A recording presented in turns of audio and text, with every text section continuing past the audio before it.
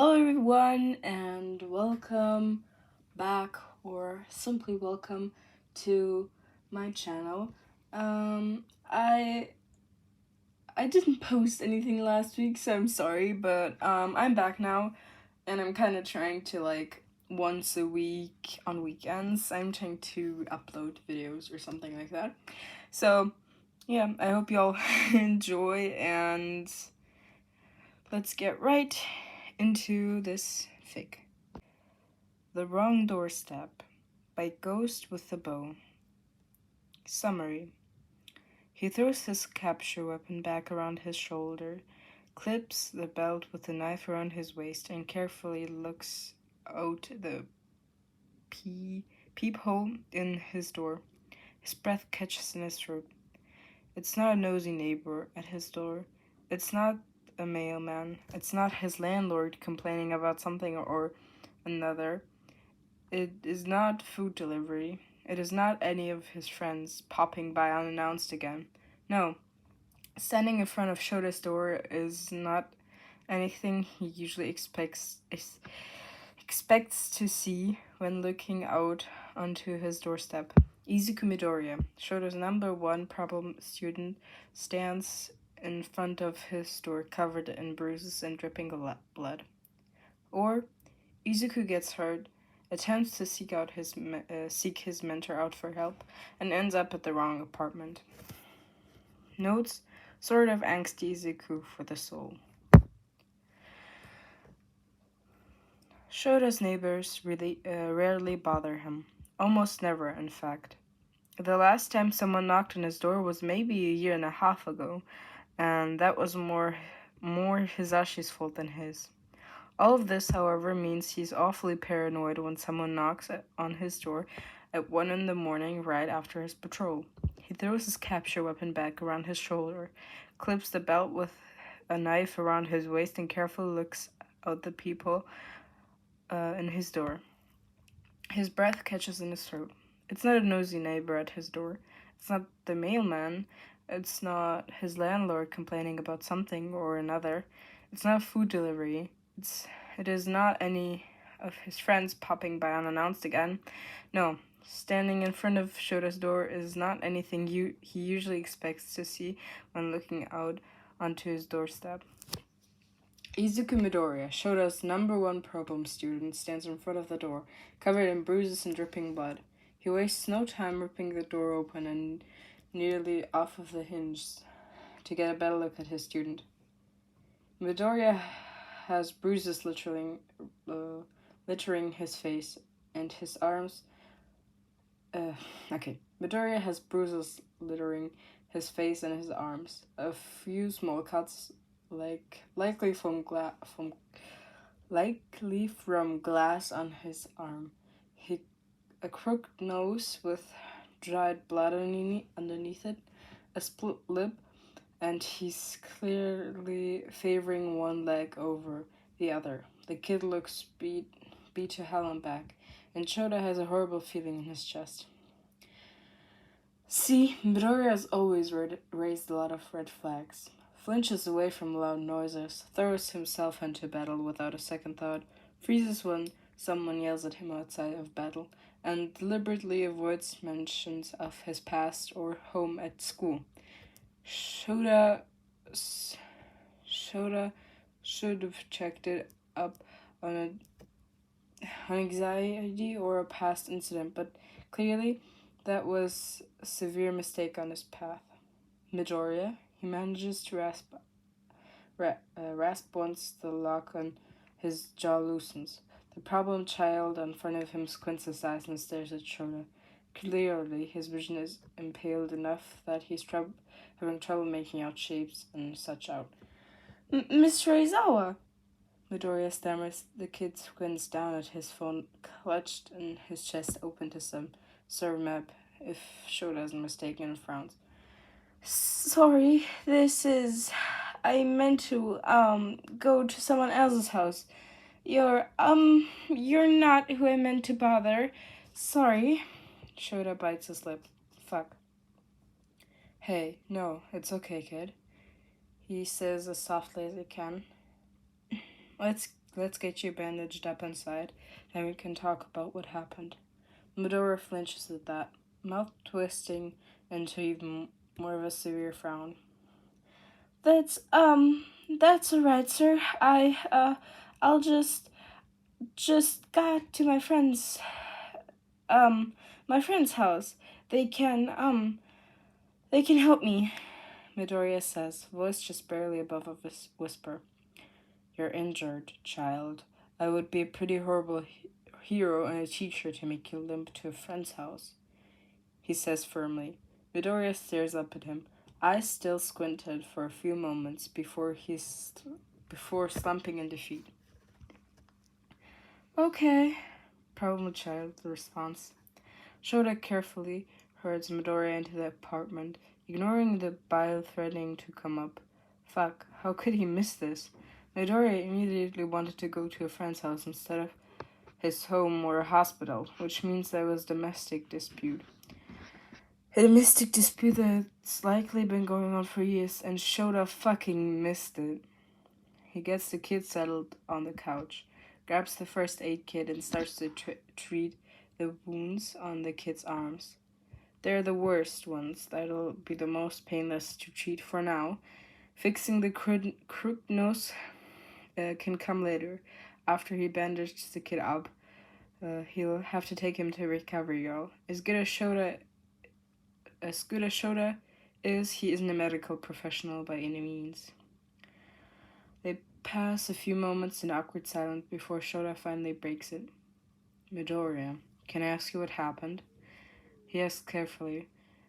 He has a pretty strong suspicion, but it's better to see if Midoriya is willing to talk about it first.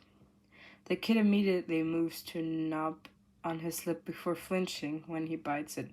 Instead, Midoriya fidgets with the hand that Shota isn't in the process of cleaning and bandaging. It was an argument, Midoriya says. Nothing serious. It's just I have a hard time working out when I'm injured like this. My friend has access to a healing quirk. I wanted to get healed so I could train. It's not serious or anything. Shota bites back a sigh. Problem child. Midoriya flinches. Midoriya, he adeems. The kid shifts slightly and stares to the side, deliberately away from Shota. This isn't just an argument. This is the kind of injuries that would put you out for days as a pro on the field. As that analogy, Midoriya breath catches. The kid's fingers drum against his leg as he seems to ponder something. Shota lets it lie and focuses back on the arm. The arm which is very lucky not to need stitches or recovery girl to dig glass out of it. It's not, Midoriya starts but stops. I know it's not okay. I've never really thought it was okay or anything like that. It's just it's better, you know? Shota does not, in fact, know.